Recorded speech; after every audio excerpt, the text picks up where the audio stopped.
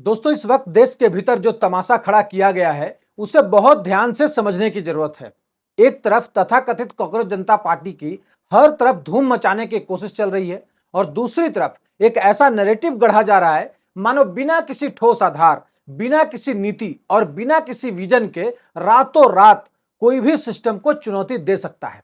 ये जितने भी चेहरे आप टीवी और सोशल मीडिया पर लगातार देख रहे हैं, चाहे वो अभिजीत दीपके हो, सौरभ दास हो, आशुतोष रांका हो या फिर इनकी पूरी मंडली, ये लोग अलग अलग राज्यों में अलग अलग स्कूलों और संस्थानों में इस तरह से घूम रहे हैं जैसे देश के नए सर्वे सर्वा यही बन चुके हों।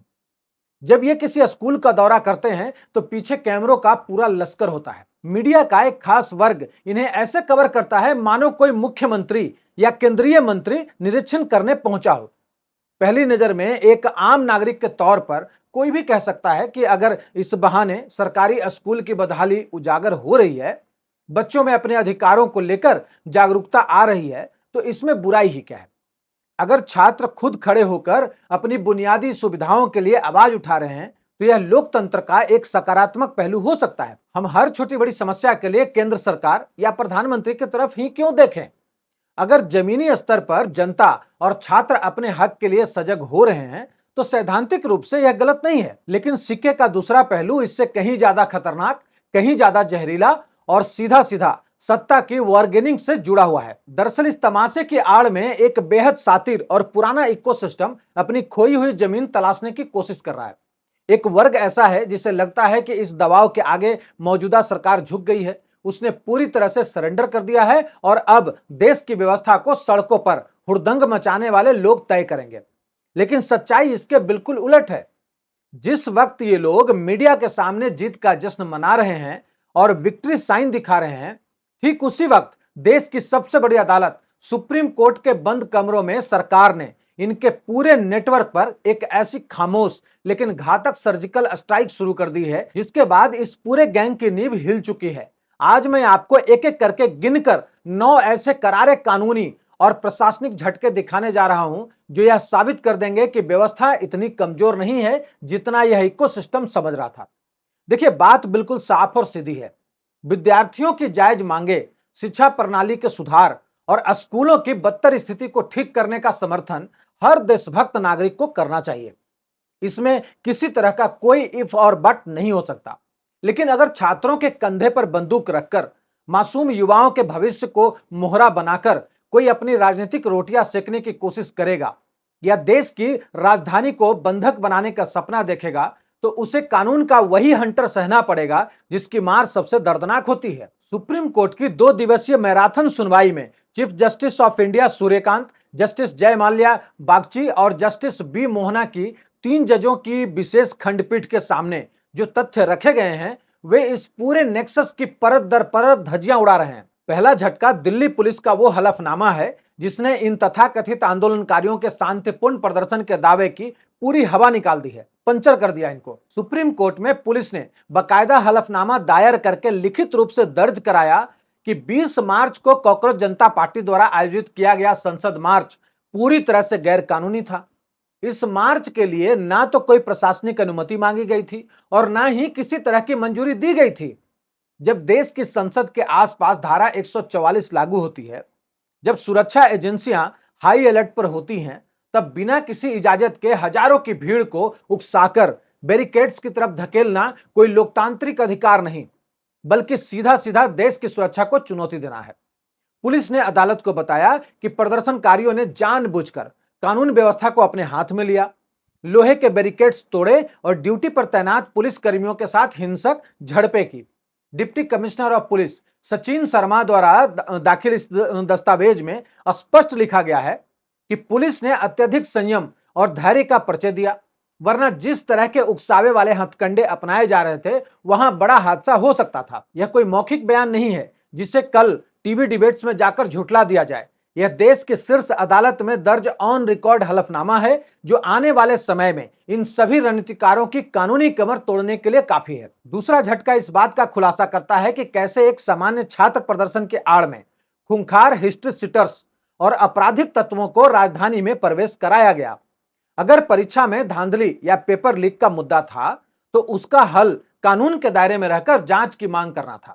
लेकिन यहां तो सीधे सीधे शिक्षा मंत्री के इस्तीफे और सरकार को पंगु बनाने का खेल रचा जा रहा था। दिल्ली पुलिस के हलफनामे के मुताबिक कॉकरोच जनता पार्टी ने 17 जून को केवल 500 से 600 लोगों के एकत्र होने की अनुमति मांगी थी, वो भी तय समय सीमा का उल्लंघन करते हुए बहुत कम समय पहले। जंतर मंतर जैसी संवेदनशील जगह पर कड़े नियम लागू हैं, वहां एक समय में सीमित लोग ही एकत्र हो सकते हैं। लेकिन 20 जुलाई को सुनियोजित साजिश के तहत सोशल मीडिया पर भड़काऊ वीडियो फैलाकर 3000 से ज्यादा लोगों की भीड़ जमा कर ली गई। इस अनियंत्रित भीड़ को संभालने के लिए सरकार को अचानक 5000 से अधिक पुलिसकर्मियों और अर्धसैनिक बलों को तैनात करना पड़ा। सीसीटीवी फुटेज और वीडियो साक्ष्यों से यह साबित हो चुका है कि सुरक्षा बलों ने लाउड स्पीकर पर बार बार आयोजक से भीड़ को नियंत्रित करने की अपील की, लेकिन मंच से जानबूझकर माहौल को और अधिक तनावपूर्ण बनाया गया।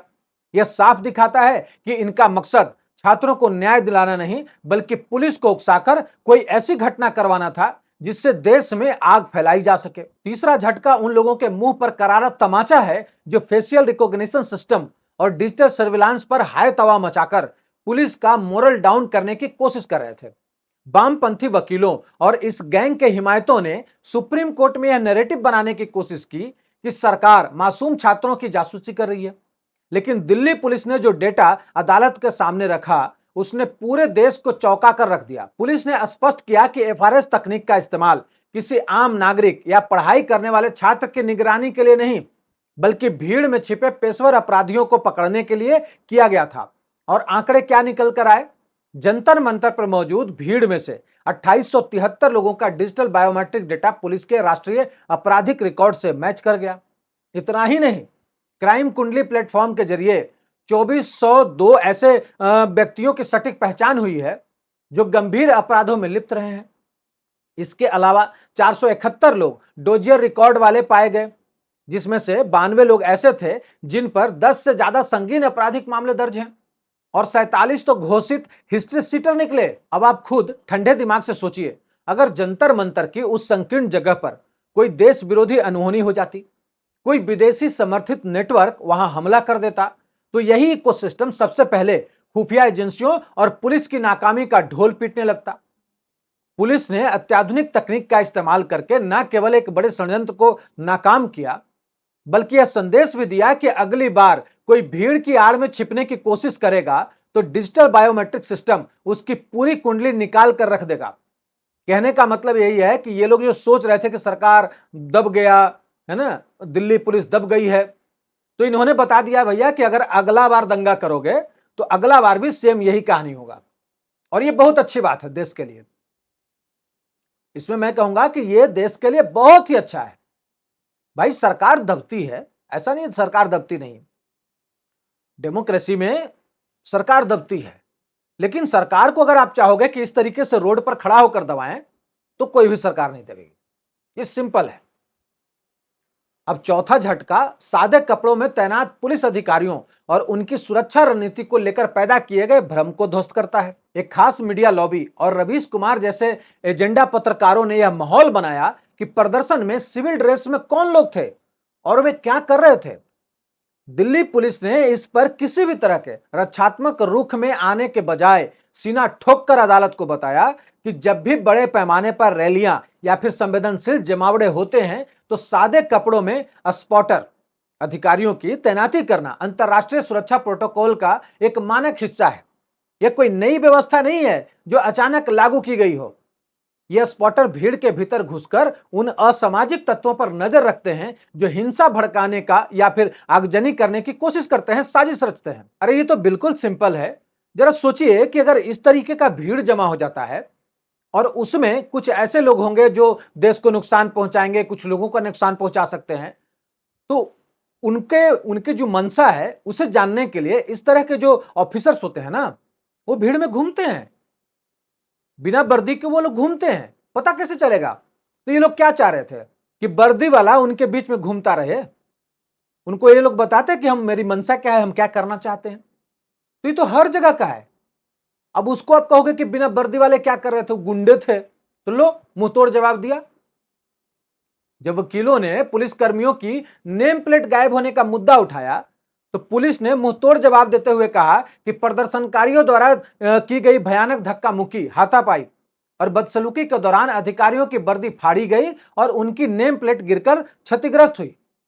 पुलिस का यह आक्रामक और स्पष्ट रूप यह साबित करता है कि राज्य अपनी संप्रभुता और कानून व्यवस्था के मुद्दे पर किसी भी अराजक तत्व के सामने रत्ती भर भी झुकने को तैयार नहीं है। पांचवा और सबसे घातक झटका खुद इस कांग्रेस जनता पार्टी के आंतरिक डर और घबराहट को उजागर करता है, जो इनके अपने बयानों से साफ झलक रहा है। इन्हें लग रहा था कि सड़क पर हंगामा करो, सरकार को ब्लैकमेल करो, एफआईआर रद्द करवाओ और फिर चुपचाप निकल जाओ। लेकिन उन्हें यह नहीं पता था कि यह देश संविधान और कानून के सख्त दायरे में चलता है।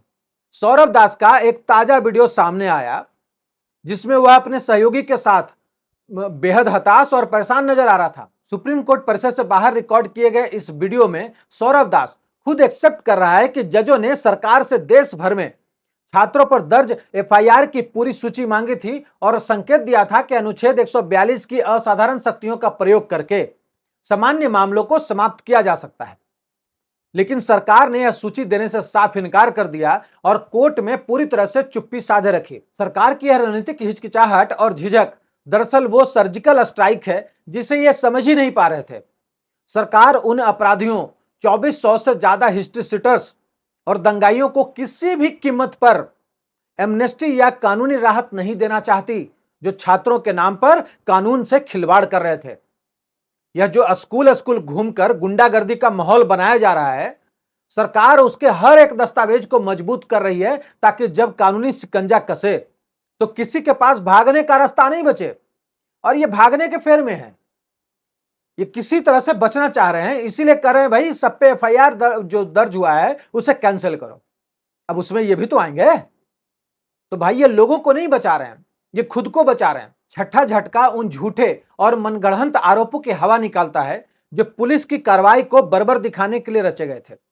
इस गैंग ने सोशल मीडिया पर यह अफवाह फैलाई थी कि दिल्ली पुलिस ने प्रदर्शनकारियों पर कील लगे डंडों और घातक हथियारों से हमला किया। सुप्रीम कोर्ट में जब इन दावों की बारीकी से जांच हुई और पुलिस ने साक्ष्य पेश किए तो सच्चाई बिल्कुल उल्टी निकली। पुलिस ने हलफनामे में स्पष्ट किया कि जिस वीडियो का हवाला देकर कील वाले डंडे का दावा किया जा रहा था, वह डंडा किसी पुलिसकर्मी के हाथ में था ही नहीं। वह वस्तु वास्तव में एक प्रदर्शनकारी के हाथ में मौजूद लकड़ी का झंडा डंडा था जिस पर राष्ट्रीय ध्वज लगा हुआ था। इसके अलावा पुलिस ने यह भी साफ कर दिया कि मानक प्रक्रिया के तहत भीड़ को नियंत्रित करने के लिए केवल स्वीकृत लाठियों का उपयोग किया गया था, जो कानून के दायरे में पूरी तरह से वैध है। इस खुलासे ने अदालत में याचिकाकर्ताओं की विश्वसनीयता को पूरी तरह से शून्य कर दिया और यह साबित कर दिया कि पुलिस को बदनाम करने के लिए सुनियोजित तरीके से फेक न्यूज का सहारा लिया जा रहा था। अब मुझे एक बात समझ में नहीं आ रही है कि भाई पुलिस वाले डंडा भी लेकर नहीं चलेंगे क्या? तुम्हारे सामने खड़ा हो जाएंगे कि लो भाई मुझे मारो पीटो, जो तुम्हें मन में आए वो करो। अरे भाई पुलिस होता क्यों है? पुलिस इसलिए होता है कि वहां पर खड़ा कर दो किसी चौराहे पर, बोलो भाई इसको मारो, इसलिए पुलिस होता है। एक शब्द में कहें तो पुलिस मारने के लिए ही है। आप गलती करोगे तो मारने के लिए ही उसकी ड्यूटी है। अब आप कहोगे कि डंडा लेकर मत चलो, अब कहोगे कि आप राइफल अपना लेकर मत चलो, कुछ लेकर ही नहीं चलो, वो पिटाने के लिए है, इसीलिए वो पुलिस है। कैसा दिमाग के लोग बैठे हुए हैं भाई। डंडा में कील था। सातवां झटका एक ऐसे निष्पक्ष और उच्च स्तरीय जांच चक्र की शुरुआत है जो इस पूरे कॉकरोच गैंग की अंतिम ताबूत की कील साबित होने वाली है। सुप्रीम कोर्ट ने इस पूरे मामले की गहराई से तहकीकात करने के लिए एक हाई पावर्ड कमेटी गठित करने का निर्णय लिया है। इस समिति में सुप्रीम कोर्ट के सेवानिवृत्त जज, पूर्व राज्य पुलिस महानिदेशक, पूर्व सीबीआई निदेशक और निष्पक्ष विशेषज्ञ शामिल होंगे। यह समिति केवल पुलिस की कार्रवाई की ही जांच नहीं करेगी, बल्कि प्रदर्शन के दौरान रिकॉर्ड की गई हर एक सीसीटीवी फुटेज, सोशल मीडिया पर फैलाए गए भड़काऊ बयानों, आयोजकों के कॉल रिकॉर्ड्स, वित्तीय फंडिंग के स्रोतों और महिला प्रदर्शनकारियों से जुड़ी शिकायतों की फॉरेंसिक पड़ताल करेगी। अब इस गैंग को लग रहा था कि वे पुलिस पर आरोप लगाकर बच निकलेंगे, लेकिन जब यह कमेटी एक एक मिनट के फुटेज का विश्लेषण करेगी, जब यह देखा जाएगा कि किस तरह पुलिस कर्मियों पर जानलेवा हमले किए गए, संसद की तरफ बढ़ने के लिए भीड़ को किसने उकसाया और इस पूरे हुड़दंग के पीछे किन राजनीतिक आकाओं का हाथ था, तब असली अपराधियों के चेहरे बेनकाब होंगे। अब इनको लग रहा था कि भाई पुलिस पर आरोप लगा दो, पुलिस फंस जाएगी। तो भैया पुलिस पर ही जांच नहीं बैठ रही है, तुम्हारे ऊपर भी जांच बैठ रही है। तुमको क्या लगा बस पुलिस को फंसा देंगे? 5 से 6 महीने के भीतर जब इस हाई पावर्ड कमेटी की रिपोर्ट सुप्रीम कोर्ट के पटल पर रखी जाएगी, तब इस फर्जी क्रांति का असली गुंडागर्दी वाला स्वरूप देश के सामने आएगा। 8वां झटका सरकार के उस स्पष्ट राजनीतिक और कानूनी रुख का है जिसने इस आंदोलन के पीछे छिपे असली चेहरों के मुखौटे उतार दिए हैं। केंद्रीय संसदीय कार्य मंत्री किरण रिजिजू ने अपने हालिया इंटरव्यू में सरकार की रणनीति और इस गैंग की सच्चाई को पूरी तरह से साफ कर दिया है। रिजिजू ने बिल्कुल ही बेबाक अंदाज में सवाल उठाया कि जो अभिजीत दीपके खुद को छात्रों का मसीहा बताकर पूरे देश में घूम रहा है, उसका वास्तव में शिक्षा या छात्रों के मुद्दों से क्या लेना देना है? सरकार के पास पुख्ता जानकारी है कि अभिजीत दीपके महाराष्ट्र से आता है और वह आम आदमी पार्टी का एक सक्रिय और कैडर कार्यकर्ता है। रिजिजू ने स्पष्ट शब्दों में कहा कि देश के छात्रों की समस्याएं जायज हो सकती हैं और सरकार उनसे संवाद करने के लिए हमेशा तैयार है। लेकिन जब कोई राजनीतिक दल अपने कार्यकर्ताओं को छात्र बनाकर आगे करता है और छात्रों के भविष्य के आड़ में अपना छिपा हुआ राजनीतिक एजेंडा साधने की कोशिश करता है, तो सरकार इसे किसी भी कीमत पर बर्दाश्त नहीं करेगी। सरकार की यह स्पष्टता दर्शाती है कि वह इस आंदोलन को किसी छात्र असंतोष के रूप में नहीं, बल्कि एक प्रायोजित राजनीतिक साजिश के रूप में देख रही है और उसी के अनुरूप अपनी सर्जिकल स्ट्राइक को आगे बढ़ा रही है। 9वां झटका इस बात का प्रमाण है कि कैसे जनता और विभिन्न राज्यों का प्रशासनिक तंत्र अब इस अराजकता से तंग आ चुका है और इन्हें सबक सिखाना शुरू कर चुका है। कॉकरोच जनता पार्टी के नेता जब अपनी फर्जी लोकप्रियता का ढोल पीटते हुए पश्चिम बंगाल के कोलकाता पहुंचे, तो वहां उन्हें ऐसी कड़वी सच्चाई का सामना करना पड़ा जिसकी उन्होंने कल्पना भी नहीं की थी। आशुतोष रांका रो रो कर सोशल मीडिया पर बता रहा है कि वो कोलकाता में अपना कार्यक्रम के लिए गया था और 7 अलग अलग हॉल बुक करने के लिए गया, लेकिन हर एक हॉल मालिक ने उसे जगह देने से इनकार कर दिया। भारत सभा हॉल की बुकिंग आखिरी वक्त पर रद्द की गई। कोलकाता प्रेस क्लब पहुंचे तो वहां अचानक बिजली ही काट दी गई। जो लोग सोचते थे कि वे हर जगह जाकर अपनी मनमानी कर सकते हैं, उन्हें अब समझ में आ रहा है कि देश का कोई भी शहर या राज्य अराजकता को स्वीकार करने के लिए तैयार नहीं है। शुभेंदु अधिकारी के प्रशासन ने यह भी साफ कर दिया कि राजनीति के नाम पर हुड़दंग मचाने वालों को बंगाल की धरती पर कोई तवज्जो नहीं मिलने वाली है। यह इस बात का प्रत्यक्ष प्रमाण है कि इस गैंग का जनाधार शून्य है, अंडा है और इसका पूरा ढांचा केवल मीडिया हाइप पर टिका हुआ था, जो अब धीरे धीरे ढह रहा है। इसी दौरान सुप्रीम कोर्ट में देश की सबसे संवेदनशील और महत्वपूर्ण परीक्षा नीट यूजी की सुरक्षा व्यवस्था को लेकर भी बेहद अहम सुनवाई हुई। याचिकाकर्ताओं ने परीक्षा प्रणाली में सेंधमारी और पेपर लीक की आशंकाएं जताते हुए पूरी व्यवस्था पर सवाल उठाने की कोशिश की थी, लेकिन अदालत के सामने सॉलिसिटर जनरल तुषार मेहता ने सरकार और नेशनल टेस्टिंग एजेंसी यानी कि एनटीए की उस फुल प्रूफ सुरक्षा व्यवस्था का जो खाका प्रस्तुत किया, उसने अदालत और देश दोनों को आश्वस्त कर दिया। तुषार मेहता ने सिलसिलेवार तरीके से बताया कि कैसे परीक्षा का प्रश्न पत्र तैयार करने से लेकर सेंटर तक पहुंचाने की पूरी प्रक्रिया 3 स्टेज की सुरक्षा घेरे में होती है। सबसे पहले देश के अग्रणी विषय विशेषज्ञों और मॉडरेटर के अलग अलग समूह मिलकर 500 प्रश्नों का एक विशाल गोपनीय क्वेश्चन बैंक तैयार करते हैं। इसके बाद दूसरे स्वतंत्र मॉडरेटर का समूह उस बैंक में से 100 प्रश्नों के सेट चुनकर 4 अलग अलग प्रश्न पत्रों का निर्माण करता है। इन 4 सेटों में से एनटीए के महानिदेशक यानी कि डीजी अंतिम 2 सेटों का चयन करते हैं और इस पूरे चयन की जानकारी केवल उस उच्च अधिकारी तक ही सीमित रहती है। प्रश्न पत्रों के चयन के बाद की जो छपाई और परिवहन प्रक्रिया है, वह किसी देश के रक्षा ऑपरेशन से कम सुरक्षित नहीं है।